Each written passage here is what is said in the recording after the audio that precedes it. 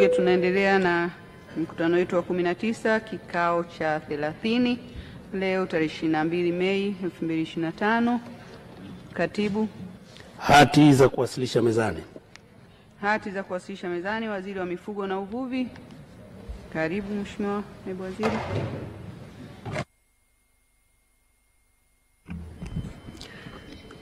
Mheshimiwa Mwenyekiti, naomba kuweka mezani landama ya makadirio ya mapato na matumizi ya Wizara ya Mifugo na Uvuvi kwa mwaka wa fedha 2025-2026. Mheshimiwa Mwenyekiti, naomba kuwasilisha. Asante sana. Katibu, tuendelee. Maswali. Mheshimiwa wabunge, tunaanza na ofisi ya Rais TAMISEMI. Mheshimiwa Latifa Khamis Juakali, mbunge wa viti maalum, aulize swali lake. Swali la mbunge linauliza, je, kuna mkakati gani wa kuwalinda wanafunzi mashuleni? Swali hili linaenda kupatiwa majibu na Naibu Waziri Zainabu Katimba.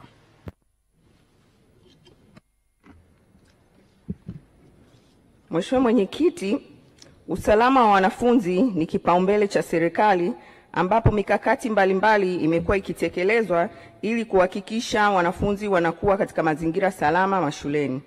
Mheshimiwa Mwenyekiti, baadhi ya mikakati inayotumika kuwalinda wanafunzi ni pamoja na kampeni za kupinga ukatili wa kijinsia kuanzia nyumbani, njiani na shuleni kwa kushirikiana na vyombo vya ulinzi na usalama, mafunzo kuhusu shule salama kwa wadau muhimu wa ulinzi na usalama wa wanafunzi ambapo mwaka 2024-2025 yameendeshwa mafunzo kwa walimu 7451 wa ushauri na unasihi, wakuu wa shule za msingi 17817, maafisa maendeleo ya jamii ngazi ya kata 900, wenye viti wa kamati za shule 1980 na wenye viti wa bodi za shule 580.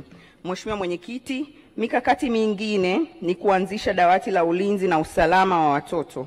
Aidha, ngazi ya kijiji na mitaa yameanzishwa mabaraza ya watoto yanayojumuisha wanafunzi wa msingi na sekondari na watoto waliopo kwenye mfumo usio rasmi.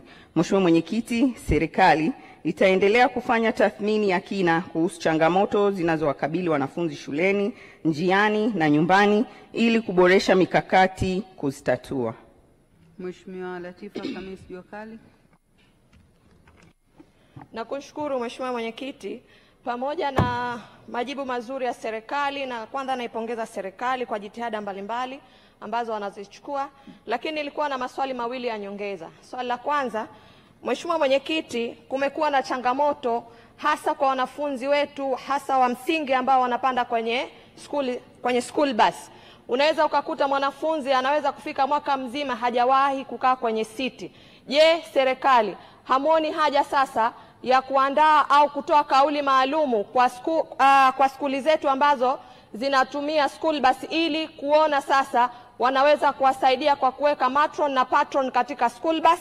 Lakini swali langu la pili, Mheshimiwa Mwenyekiti, pamoja na jitihada hizo zinazochukuliwa bado mmong'onyoko wa maadili umeendelea kuwa changamoto katika skuli zetu. Je, serikali haioni sasa kuweka nguvu maalumu sasa kwa kuandaa walimu maalumu wa maadili katika skuli zetu nchi nzima? Majibu ya maswali hayo, Mheshimiwa Waziri. Mheshimiwa Mwenyekiti, naomba nianze kwanza kumpongeza mbunge wa vijana Mheshimiwa Latifa Khamis Juakali kwa swali lake ambalo linalenga kuendelea kutengeneza mazingira salama zaidi kwa ajili ya wanafunzi wetu na hasa kipindi wanapokuwa wanaelekea shuleni, lakini vile vile hata wanapokuwa nyumbani, kwa maana usalama wa wanafunzi ni kuanzia nyumbani, njiani mpaka shuleni.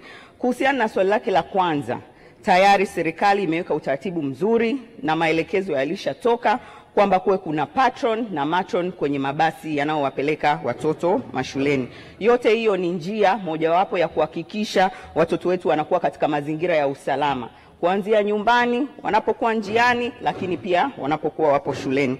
Lakini kuhusiana na swali lake la pili, kuhusiana na walimu maalum kabisa wa maadili, kama nilivyotangulia kujibu kwenye jibu la msingi, serikali inaendelea kuongeza mafunzo kwa wadau muhimu ikiwemo walimu, na katika mwaka 2024-2025 yameendeshwa mafunzo kwa walimu 7451 kwa ajili ya ushauri na unasihi, lakini wakuu wa shule za msingi 17817, maafisa maendeleo ya jamii ngazi ya kata 900, wenye viti wa kamati za shule 1980 na wenye viti wa bodi za shule 580. Kwa hiyo sio tu walimu ambao wanaandaliwa kwa ajili ya kusimamia maadili na usalama wa wanafunzi wanapokuwepo shuleni, lakini kuna na wadau wengine ambao na wenyewe wanajengewa uwezo ili kuhakikisha kwamba wanafunzi wetu wanakuwa wapo salama. Tunaendelea na swali la Mheshimiwa Flatei Gregory Masai, mbunge wa Mbulu Vijijini. Litaulizwa kwa niaba na Mheshimiwa Mtaturu. Swali la mbunge linauliza, je, kwa nini serikali haiwaajiri wahitimu wenye diploma kuwa watendaji wa vijiji? Swali hili linaendelea kupewa majibu, linatolewa majibu na Festo Dugange, naibu waziri wa TAMISEMI. Mheshimiwa Mwenyekiti,